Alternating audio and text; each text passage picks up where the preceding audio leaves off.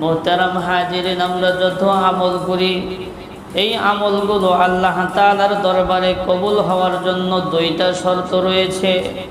এক নম্বর শর্ত হইল আমি ইবাদত করব একমাত্র আল্লাহ তাআলার জন্য, আমি নামাজ পড়ব আল্লাহ তাআলার জন্য, রোজা রাখবো আল্লাহ তাআলার জন্য, কুরবানি করব আল্লাহ তাআলার জন্য। এর মধ্যে দুনিয়াবি কোনো উদ্দেশ্য, পদ পদবি ইত্যাদি উদ্দেশ্য থাকতে পারবে না, কেবলমাত্র আল্লাহ তাআলার জন্য করতে হবে। এলো এক নম্বর শর্ত।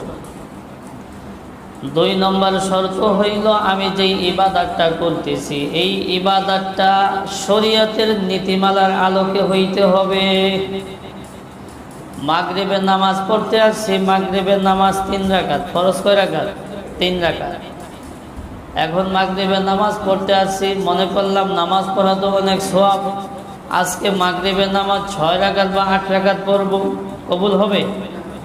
কবুল হবে না। বলে তার ইখলাসও ছিল, কিন্তু দ্বিতীয় শর্ত ছিল না, সেটা হলো শরীয়তের নীতিমালার আলোকে হয় নাই। শরীয়ত বলেছে মাগরিবের নামাজ 3 রাকাত, কয় রাকাত? 3 রাকাত। তাইলে দুইটা শর্তই লাগবে, একটা বাদ হইলে ওই আমল আর গ্রহণযোগ্য হবে না।